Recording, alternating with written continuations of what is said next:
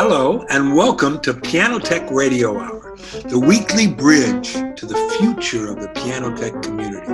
I'm David Anderson. And I'm 𝐿𝐻𝐸th𝐸, and we're here to ask great questions, and then we'll shut up and listen to some of the authorities, experts, and most outstanding personalities in our little world of pianos. So, put on your best set of headphones, and let's get started. Look at all these humans. Who is Love that? to see that. Alan Eder is on the beach as usual. Yeah. Palm tree in the background. Yeah, baby. Interestingly enough, I see another participant. 𝐿𝐻𝐸 is actually seems to be in the same location. You guys should meet up over there, have a cocktail. Got 𝐉𝐻𝐸 over here from South Africa. Great to have you. So Bondi coming to us from COVID Central. COVID Central. Nice. Mm. Awesome. Well, we This should is get right gonna down be to it. We start a little bit late. I will just say up front here, this event is sponsored by Piano Technicians Masterclasses, who can bring you live online masterclasses from the best instructors in the world. If you want to find out more about that, just go to pianotechniciansmasterclass.com and sign up for our full library. On today's show, we have Jurgen Goering. He's a German-trained piano maker and technician based in Canada. He's the owner of Piano Forte Supply in North America, a specialty supplier of the world's finest tools, materials, and parts to piano technicians and other industry professionals. Jurgen has been tuning pianos, delivering lectures at seminars, and contributing to the piano industry for decades. We're really pleased to have you here, Jurgen. Welcome. Yes, welcome, brother. Oh, and I'll unmute you here, Jurgen, just a second. Unmute, Mr. Goering. I'll make you a co-host so we don't have to do that again. But yeah, David told me, Jurgen, while we're waiting for you, that you hold a title that sounds very exciting from like the German apprenticeship system. What was it? What was it? How is it termed, David, again? Well, ask the principal. Well, first of all, I'd just like to have a couple of words of greetings. I'm just so tickled and honored to be here with you, Ethan and David. I've always admired the quality of technicians that you've had on your masterclass. I was blown away when I see the roster, and to all of a sudden show up here on one of your radio hours, I feel like a toddler, like a 2-year-old in a room full of standing adults, and I'm running and weaving in between their legs. That's what I feel like today. So but it's a great privilege. It's really heartwarming also to see so many colleagues here today. I see people, friends from Canada, of course, where I'm located. I see Raymond, hello to South Africa. I see David, hello to Northern England, is it, or Scotland? Anyway, UK, and I'm not sure if we have anyone from Asia or somewhere else. Anyway, it's obviously international, and I encourage you to pick up some people in South America. Come on, from Antarctica. Anyway. Oh yeah, here we are, and we only have an hour, and there's a lot we could talk about. A lot I'm just itching to share with you all, and so thank you. Can I just jump in with that term here, and I'm sure David has. Well, I was. My name is obviously German. I'm of German extraction, and I had my childhood in Canada. My parents had been immigrants to Canada, and when I was 12 years old, they decided to take the family back to Germany. So I was thrown to the wolves in middle school there and survived. And after my graduation, I decided to enter into an apprenticeship to become a piano maker. So in Germany, these apprenticeships in all different trades, they're quite regulated by the state. And in my case, it was a 3.5-year apprenticeship in a large rebuilding outfit. And to become a piano maker in Germany, you can either do your apprenticeship in the industry, so Schimmel, Grocery, and whatever, or in a rebuilding shop, and I did the latter. I started in 19. What's the title that you received at the end? Klavierbauer. So that's piano maker. Piano. Yeah. So I am a licensed journeyman piano maker. Wow, that's amazing. And then you at some point decided to move to Canada again, right? Yeah, a couple of years later, the prospects or the challenges for running becoming self-employed and running your own business in Germany, it's just very constrictive and lots of red tape. And I saw lots more opportunity for myself here. So when did you land here? In 1986. And did you immediately start becoming like a working piano technician? No, I dabbled in a couple other things. I went to a local college and took some courses and was involved in aquaculture for a few years. But in 1990, I started back full-time in the piano field. And so that makes it exactly 30 years. This summer, 30 years ago, I started my piano business here. And dude, I'm old. If you've got 30 years, you young whippersnapper, I am old. That's awesome. And so you started out where you are now, kind of British Columbia, Yeah, always been here in this town, Nanaimo. We're on Vancouver Island. This is where we grow the big Sitka spruce trees. There's a couple of them left.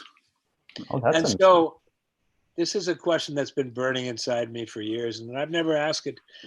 Jurgen and I have gotten really closer than colleagues, into friends over the past, several years, right? Yeah. And he's one of the best men I know on the face of the earth. He's a beautiful human being. And one thing that have never asked, and I don't know why, two questions. Number one, how did you get a whole ring of clients hundreds of miles away from you up north of the Arctic Circle, where you got to take a float plane or a boat or something to get there?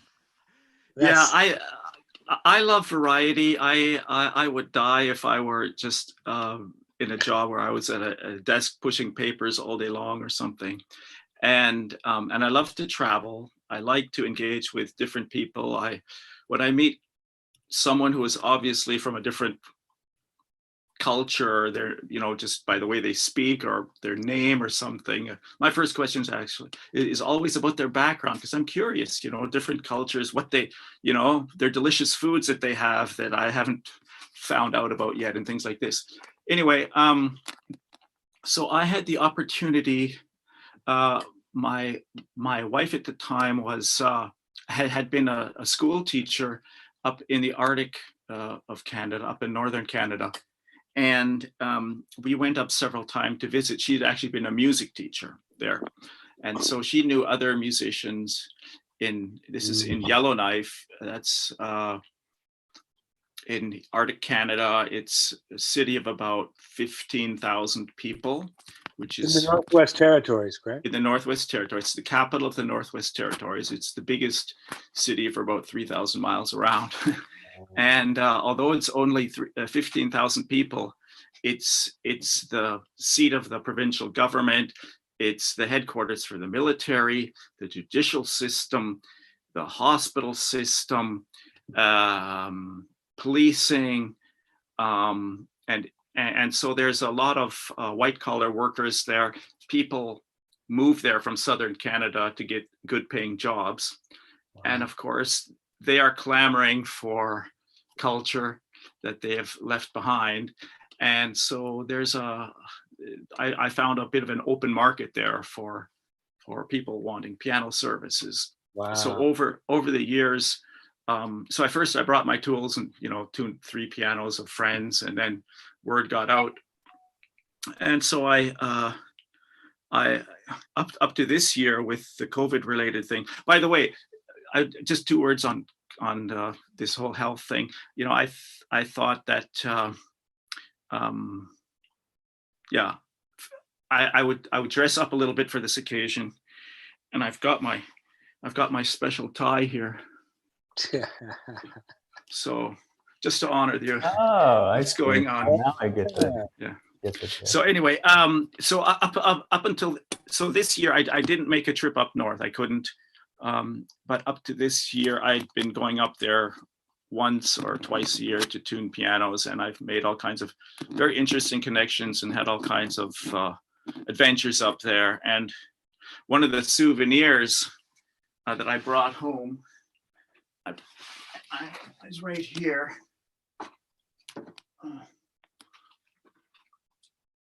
I don't know if you can see this. This a giant twisty pretzel stick. Giant pretzel stick. It weighs about 20 pounds, and it's made of solid ivory. Wow. And it's from a narwhal. This is a narwhal tusk. And that's like a whale with one horn. Is that kind of what? Yeah, these are these incredible Arctic whales. They're very elusive because scientists have tried to capture them, but as soon as they capture them, they die right away, and so they're hard to figure out. And they have mostly the males have one tooth. It's one of their front teeth that actually comes out of their lip and becomes this huge tusk. And this is not a trophy, I have to say. This is not a trophy. The Inuit people up there, they have permits and licenses to hunt for their Aboriginal food, and they are allowed to take certain small numbers of these narwhals. And by the time these guys are finished eating, there's nothing left. There's bones, and there's the tusk. And so this is and not. the bones are cracked open for the marrow. Absolutely. So anyway, it's actually a cool story. I was, when I tune up there, everyone has, you know, their northern art on the walls, and some people have some furs, you know, wolf skin or something on the wall. And I walked into this one home, and I was immediately strucken by the quality of she had a bunch of furs, like seal skins and stuff on the wall, and they were just perfect. And I asked her, where do you get these things? Oh, she said, we used to live way up on the Arctic coast. We were the only white people there. We were running the company's store the general store there. And so we made friends, and we were there for a number of years. My children were the first white children that were born there. And, wow. And we were surrounded by the Inuit, and we made incredible friendships. And of course, they were all hunters. And I said, wow, do they ever get narwhal? She said, oh yeah, they get narwhal. Wow. I said, so what do they do with the tusks? She said, oh, they sell them. They don't do anything with them right there, but they sell them to another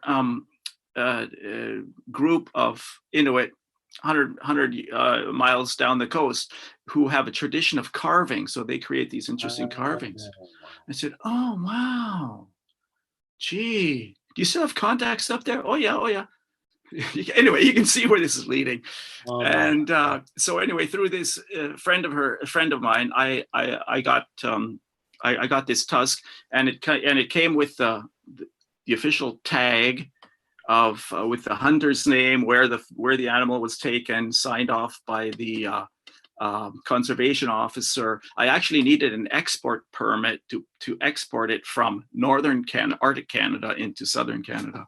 Wow. So anyway, so even if my tuning expeditions to the north will eventually dry up, I've got a cool little souvenir.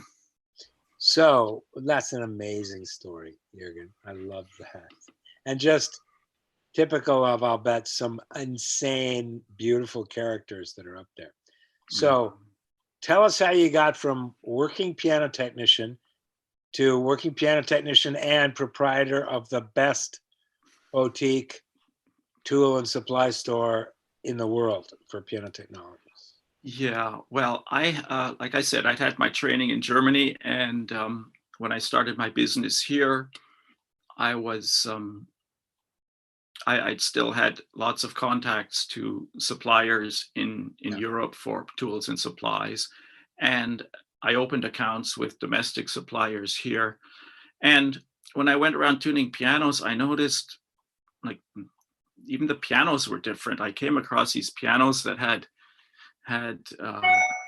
name board felts that were obviously had some kind of a sticky backing on them that were flopping around everywhere. And I pulled this off and I said, where does this junk come from? Who even uses this? And then I looked at domestic supply catalogs, it self-adhesive name board felt, right? Oh, geez. Anyway, you can tell I'm not a fan.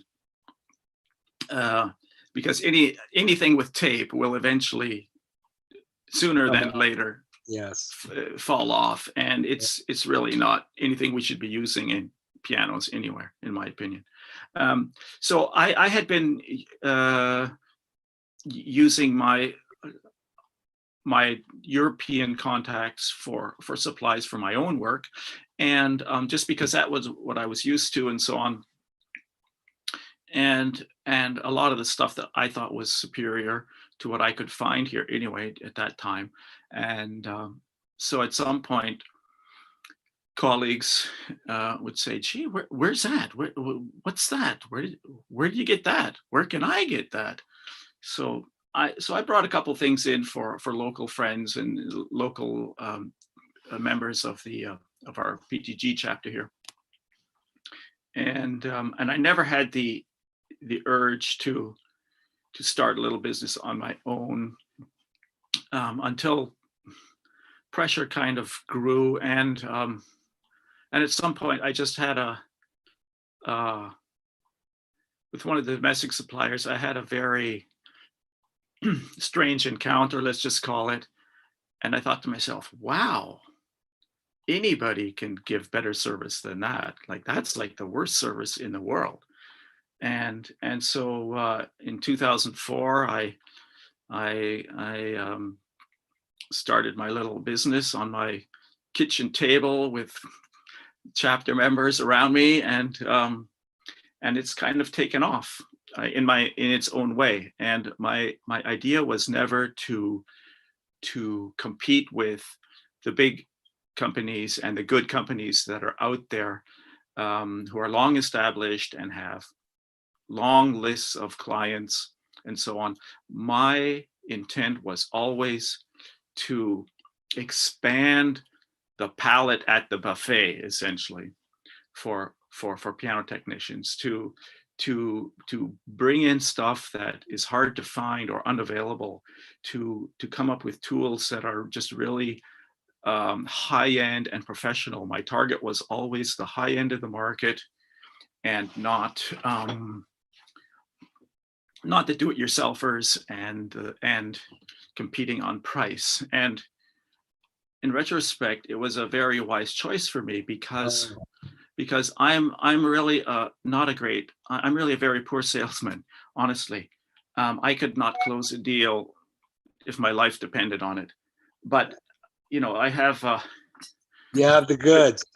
Well, yeah, I mean, I have something like this at my booth at a convention, and two technicians walk up, and one of them picks it up and looks at the other and goes, yeah, and they hand me their credit card, right? So professionals know and can distinguish quality, and so I didn't have to do the sales spiel. I don't have to close the deal. The deal closes itself. And it's just been really a fortunate thing for me. Also, on top of that, the area where I live, as beautiful as it is, Vancouver Island, it's prone to kind of boom and bust cycles in the economy. And I found that early on, building my tuning business, that there would be some really lean times when business was just not great. And so I was looking for something that would not have the dependency on the local or regional economy, so that I could have another column of my income, my business, that was not affected by what goes on here in my community. And now 2020 is here, and this has become more true than ever. We were all locked down for a while, and for 3 months I didn't go tuning, and I still had a cash flow through my mail order business. Wow. So I know that there's plenty of people on this list that have gotten what I call all-star crucial tools. And 3 of them come to mind right away. The tool that you showed to do fine regulation of jack position in good pianos. You can't really do that kind of work, which is essential, without that tool. The adjustable voicing tool I use it every time I work on a piano almost. The hammer head remover from the shank is like the greatest tool for tonal, Dale Irwin taught me how to, customize the top, maybe, from note 75, someplace around that, to note 82 or 83. Usually on Steinways, it's not in a straight line. It's kind of like in a little horseshoe. The tone gets better and better. And, Jurgen was really a bit concerned that y'all would think this is an infomercial and I'm flogging this stuff. Look, this is, to me, and I said, absolutely not, straight information. I'm a best practices, I think of myself as a best practices artisanal kind of piano technician. And I think there's a lot of other men and women on this site that think of themselves in the same way. And so you want the best tools. I do. So yeah. These are some of the best tools in the world. And go ahead. I just want to say, this is my personal opinion of tools, and it is honestly has nothing to do with the fact that I sell tools, and that is this: we have all, or at least I have, gone out and bought, the 14-piece screwdriver set for $9.99, right?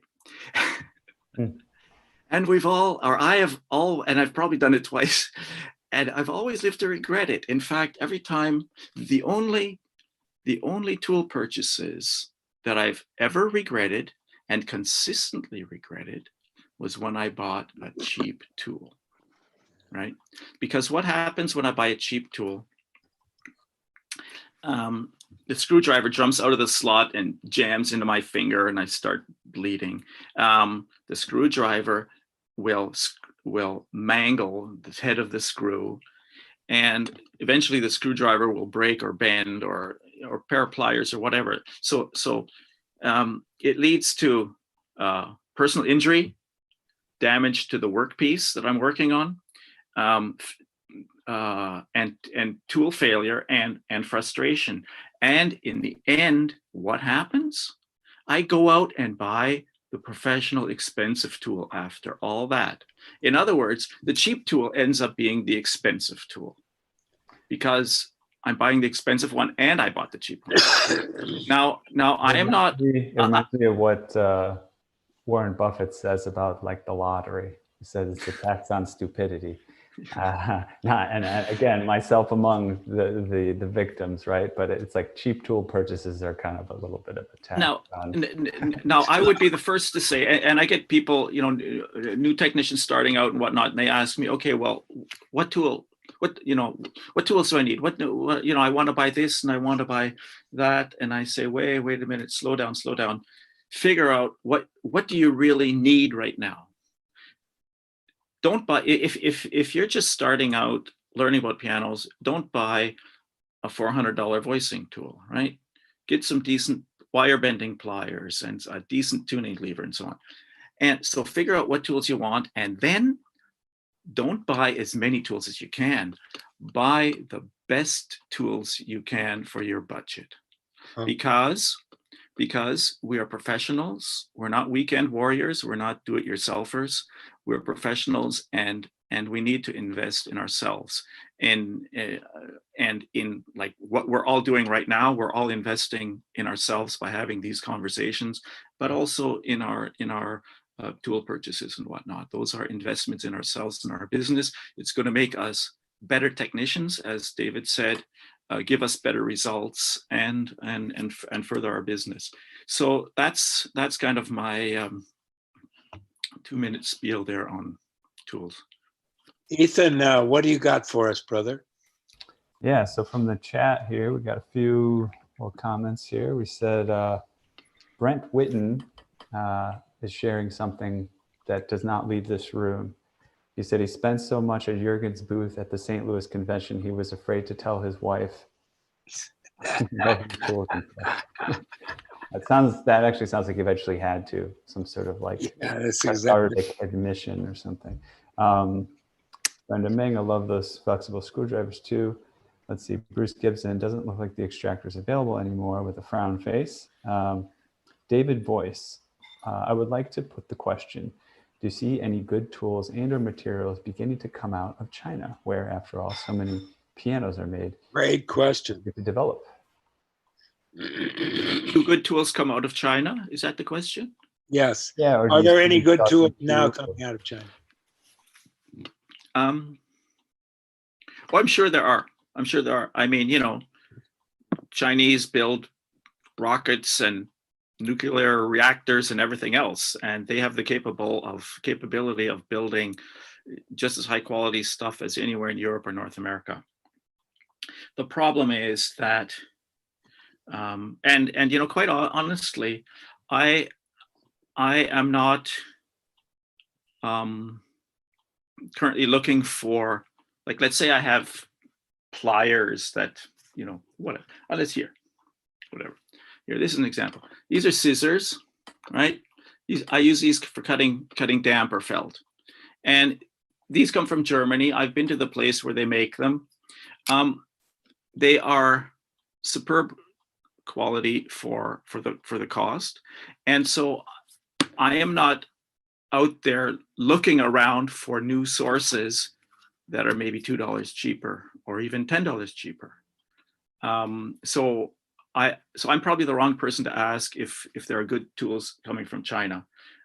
But I do know that there are many tools which are perfect, almost perfect, visually perfect knockoffs of old American Hale tools and so on.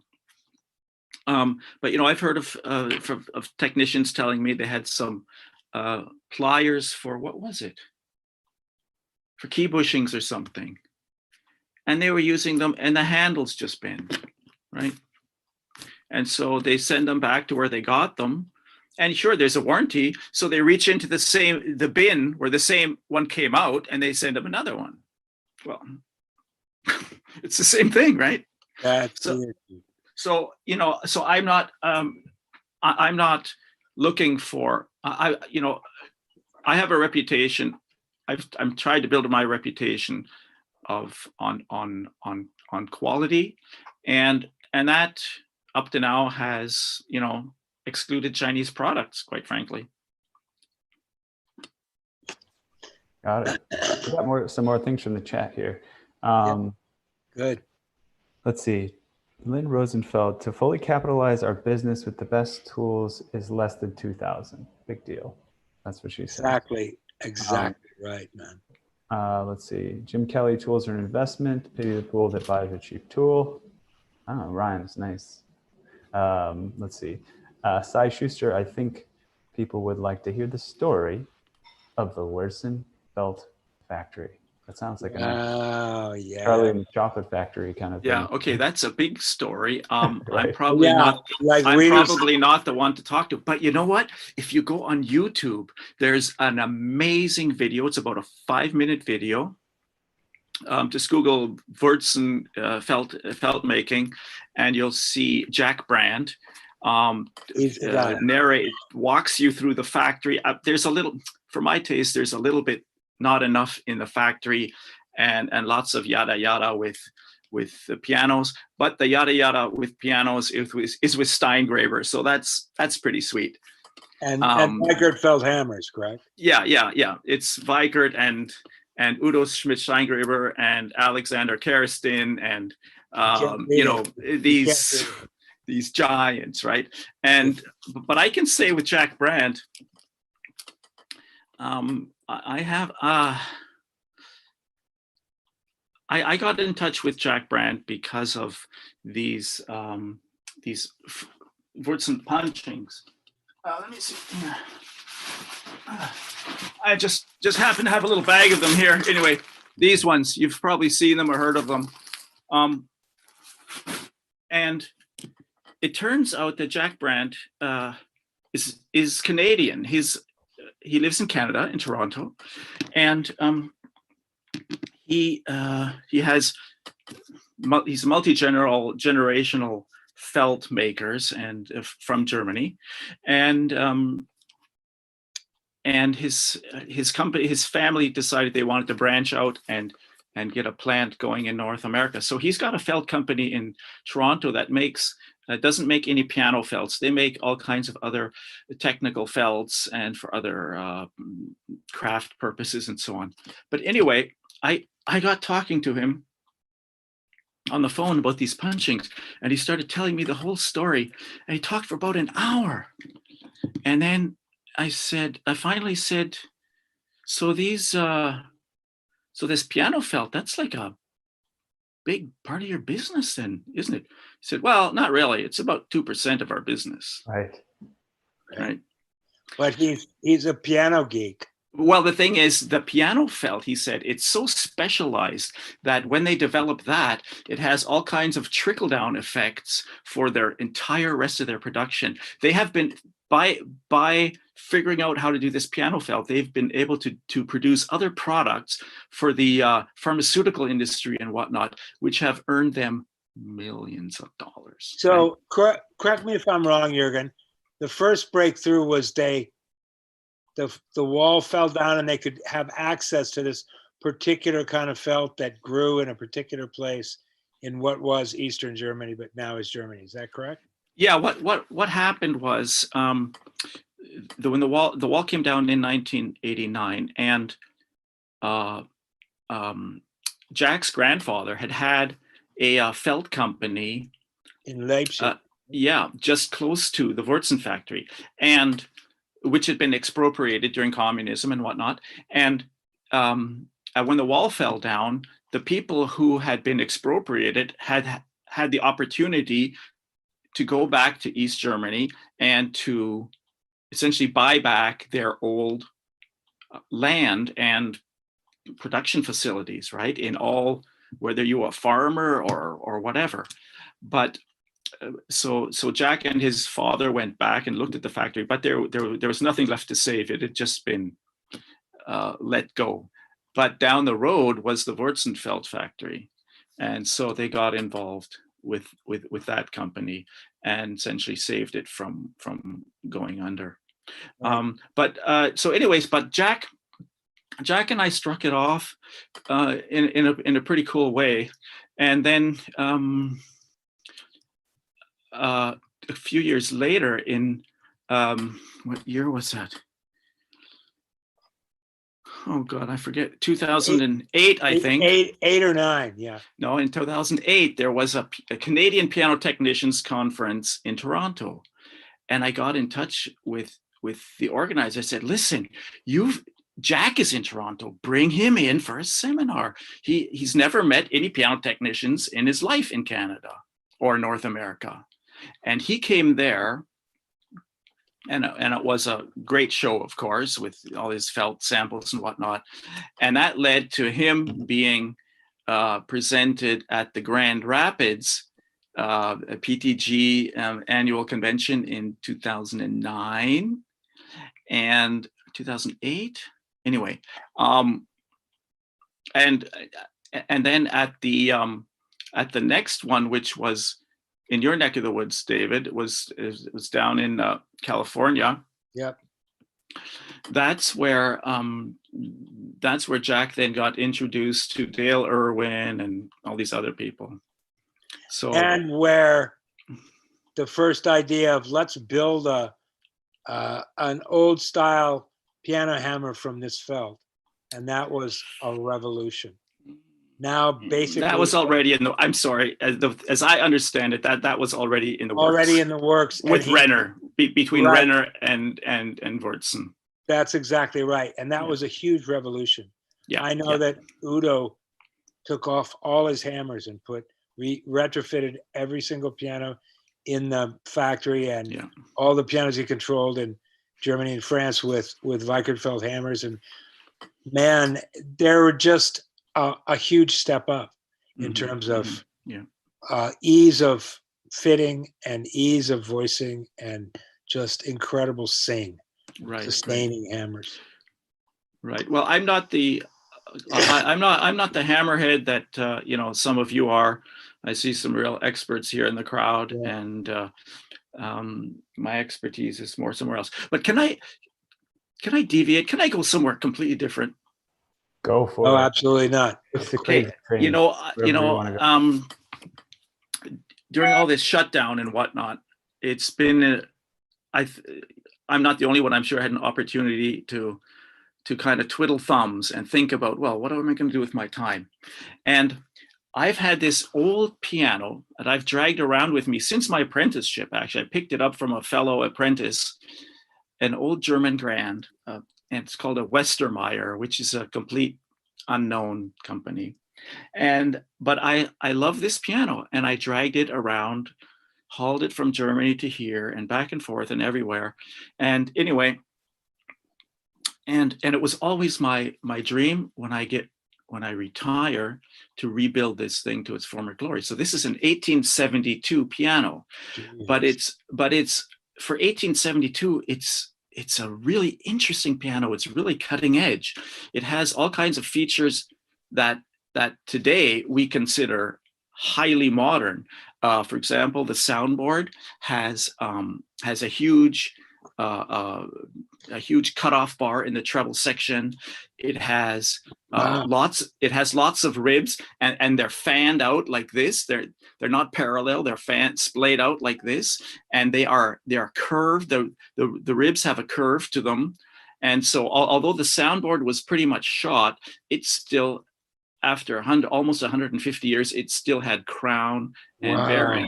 Yeah. Wow. And so, and then something, and it was always my dream, my retirement dream, to rebuild this.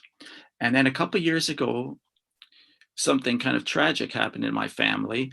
My older sister died very suddenly of a brain aneurysm. She was 62 years old. And she was in perfect health. She was a long distance runner. And one morning she got up and she just fell over, and that was the end. Wow. And it really started, this is like an earthquake, right? The tremors go everywhere. And I think, wow, retirement projects sounds great, if you make it that far, and I thought, no, I have to do something. And thankfully, my wife encouraged me to, get to work, do it now, right? Don't put off these things in life that are meaningful for me.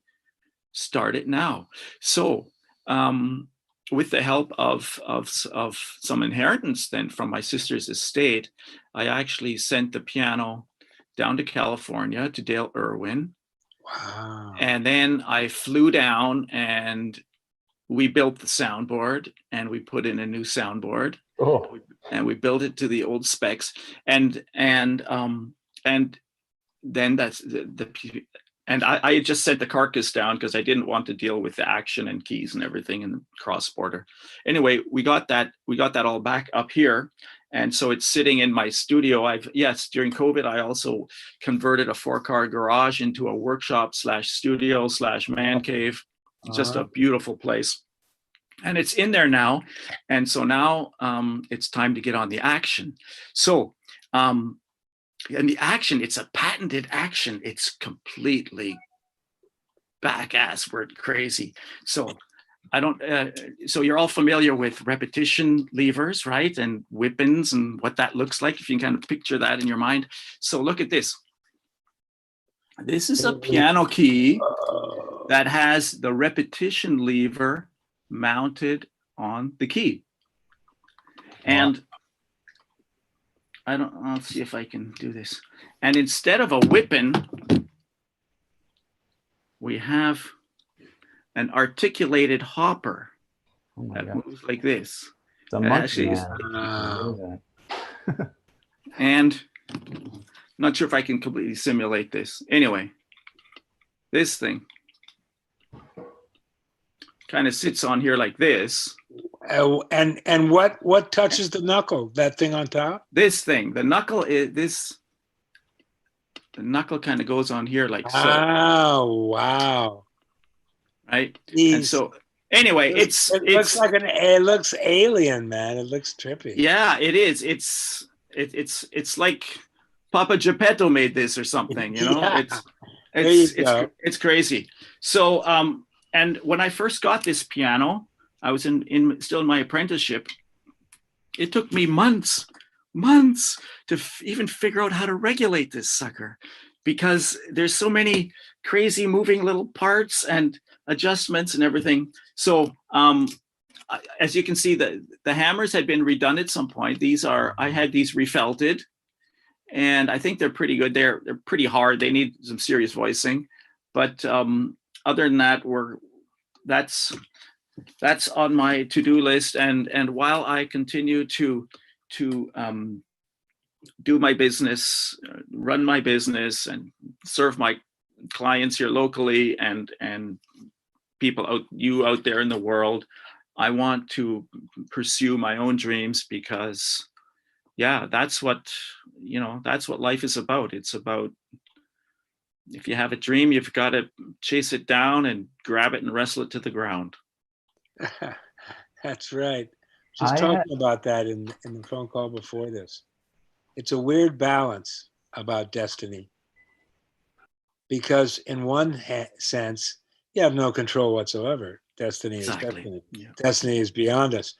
On the other hand, if you have a dream and the will and the belief in yourself and the skills to fulfill your dream, then you can do it. It's a weird paradox. Destiny is beyond, out of your hands, and you can affect your own destiny. It's a weird paradox, but it's right. True. And in my situation, what I also realized, that if I keeled over one day like my sister did, there would be these pianos standing around the corner, and someone would go, "Look at that. It doesn't even play. Look at this. It's really old." And send it to the dump, right? Like, what are you gonna? What the hell is this guy thinking? Why is he keeping this piece of garbage around here? Well, the thing is, as long as it's in unrestored condition, it's a liability if you pass it on to someone else, right? But if I really get this thing into top-notch condition and playing beautifully, and something happens to me, or eventually it will outlive me anyway, I can pass it on and it will be preserved, because it's not a piece of junk, right?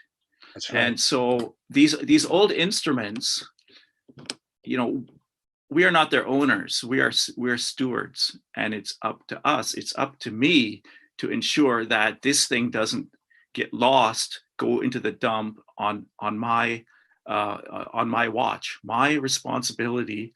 I mean, not for the Whitney Spinets or something, but this is a very old and a unique instrument, and it's been it was 100 years old before I even got it, and it's there's a lot of history there in the evolution of the piano. This played some kind of a little role. You know, back in between 1850 and 1890, there was a huge amount of development and evolution in piano acoustics and piano mechanics, and this happens to be one offshoot that really never went anywhere, but still it's part of the larger picture. And the more we understand those outlying branches, the more we can really grasp what it is we're working with and what we're doing. Wow. Yeah, what a rich, incredibly historic and profound domain it is. Mm-hmm. All the people that throughout the last, 300 years have really dedicated their lives to like, how can this sound better? How can this feel better? How can this play over the loud ass orchestra? How can we make this, you know, better for the artist? Because the artist is the fountain of expression, the fountain of creativity, and the piano is the tool, is the delivery system. It's, when you think about it, it's amazing. It's amazing. Mm-hmm. Right. Mr. Janney, anybody does anybody have a question or a comment or a reflection right now? Yeah, we got some things. Well, nothing based on the passionate, philosophical things that have been said. I was kind of sitting back. Oh, that's good. My job is so easy. These guys got a lot of wonderful, magical things to say. I'll just kind of sit back and relax. No. But I got a few things in the chat here. Let's see here. Quick question. William Zander asked me privately, can you ask, is the hammer extraction tool available? Something? Yeah. This tool is unfortunately no longer available. I've done some research, and I've found out that this tool, the guys I got this from, that this hammer extractor is built on the chassis of a different tool. Okay, different pliers. Like this pliers, what you see here, this is what they've done is they've essentially modified an existing pliers by putting in the die here and making the cutouts and whatnot. So they would buy raw castings for these other pliers and modify them, and then do the surface finish and assembly and so on. And so I've tried to hunt down the original manufacturer of the chassis of this pliers, and it's just it's very hard to make progress there. One reason being that the demand for all these tools is so tiny in comparison to many other fields, and that's where the cost comes in, right? I mean, going back to China, you can get anything made in China. The second question they'll ask you is, how many thousand do you need, right? And I mean, these tools, I have this tool business and I've got a website and all this kind of, but the fact of the matter is the actual numbers that are sold are very low, comparatively speaking, to almost any other sales industry, right? Because it's custom. Yeah, exactly. It's custom, right? I mean, if even when I had these things and we're selling them, I don't know, was I selling 10 a year? A dozen maybe. Like, these things are not. I don't send these out in 6-packs, right? And so it's just the numbers game or numbers issue. It's just like the piano technicians. You're not going to get rich, but you're going to make some money, and you're going to have the best time you can have. You're obviously a complete geek around this area of the domain of piano technology and working on pianos. So, oh my God, it's a huge benefit to us, because I would never in a million years know where to buy your chopstick tool, your chopstick voicing tool, your single needle voicing tool, you know, the long thing shanked, you know, regulation tool, the pair of those pliers. I mean, my God, those are some of the greatest tools I have, along with my Falk tuning hammer. Yeah. You know. So what? This is another tool. I just want to present this briefly because it's a case in point. This is a sliding weight hammer. So there's a flat tip on one side. This is essentially for seating strings or moving strings along a V-bar, right? So this weight, tap tap tap tap tap. Right. Oh, wow. And on this end, it's got a little dimple on it, so you can just carefully tap bridge pins, tap tap tap tap. Wow. And so this is just, I mean, anybody with a drill press can make this. Honestly, these tips screw off. There's another tip I have. It's a hollow tip.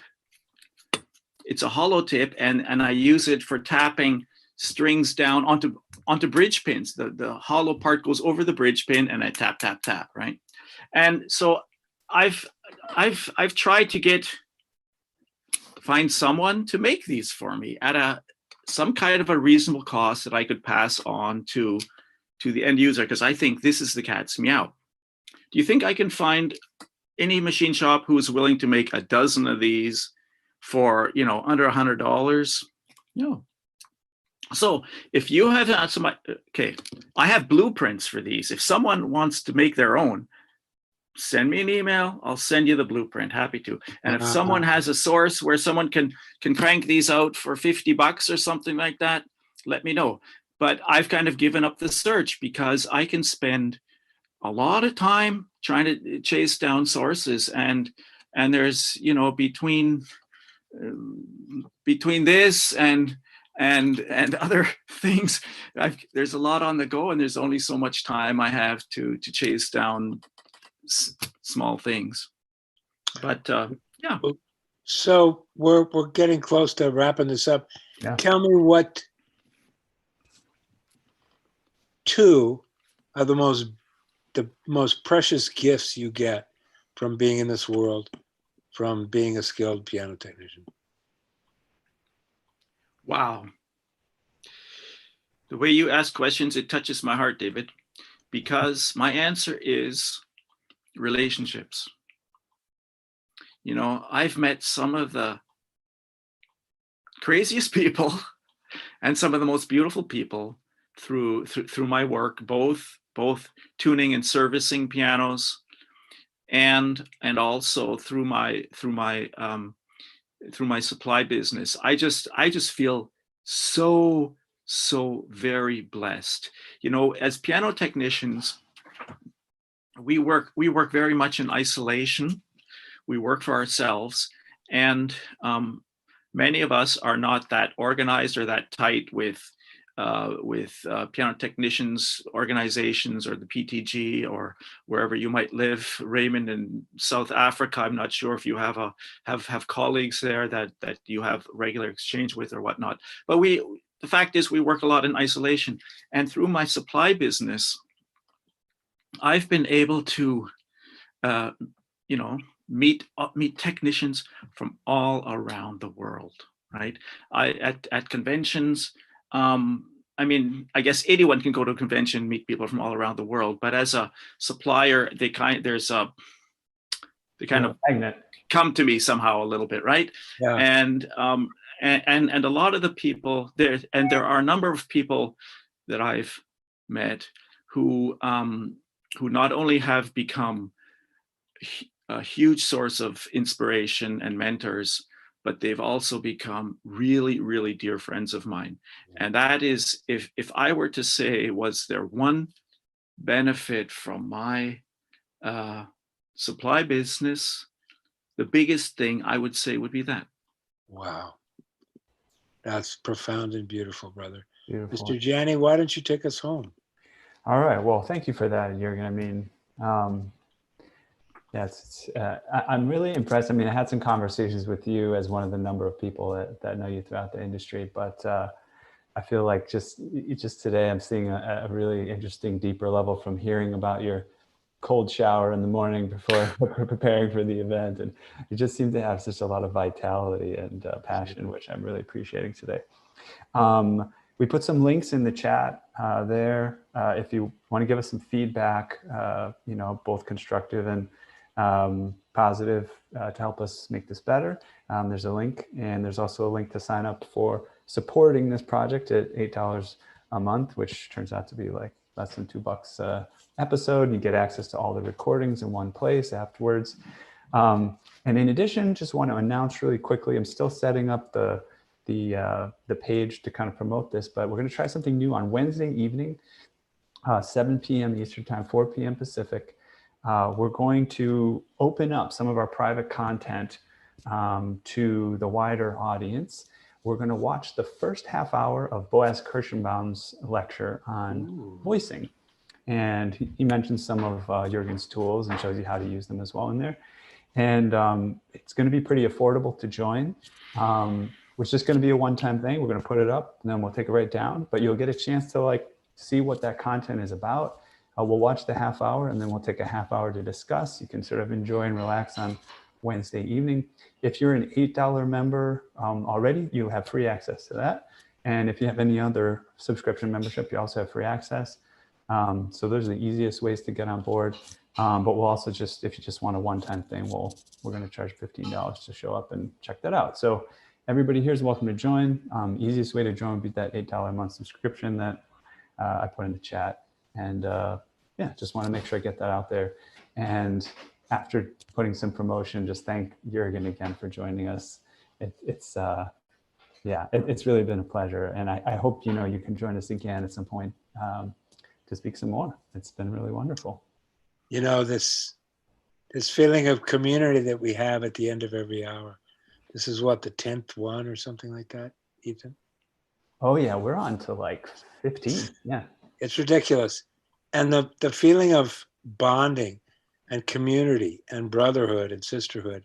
And I want to hype it, but it really feels like, wow, we're together in this little domain. Yeah. And we all have this common bond of love for music and pianos in general. And it's healing for me. It's really good. It's a tool of consciousness for me. So I want to thank you, Jurgen. Thank you so much, brother. And I want to thank everybody else from the bottom of my heart for showing up like you do and paying attention, giving us your attention and your precious time. Thanks so much, Mr. Janney. Awesome. We'll start signing off of the Facebooks and the YouTubes and everything. And Jurgen, did you have something you want to say? Yeah, I just want to say I feel warm and fuzzy all over. And thanks for letting us go into that domain, Ethan. I know David and I, that's kind of an area that we go almost automatically sometimes, yeah. and some of the others here. And please feel free to reach out to me anytime if you have any questions about anything you've heard. I run a business, but I am first and foremost a human being, and if there's any way I can help, please reach out to me.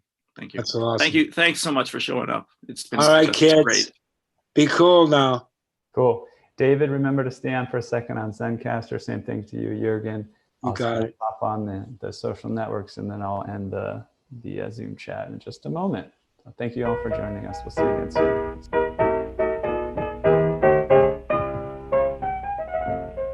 Thank you so much for giving us an hour of your time. Remember that you can catch us live online every Saturday at 2 p.m. Eastern Time. That's right. Go to pianotechradio.com to register so you can interact live and ask questions of our guests. See you next week.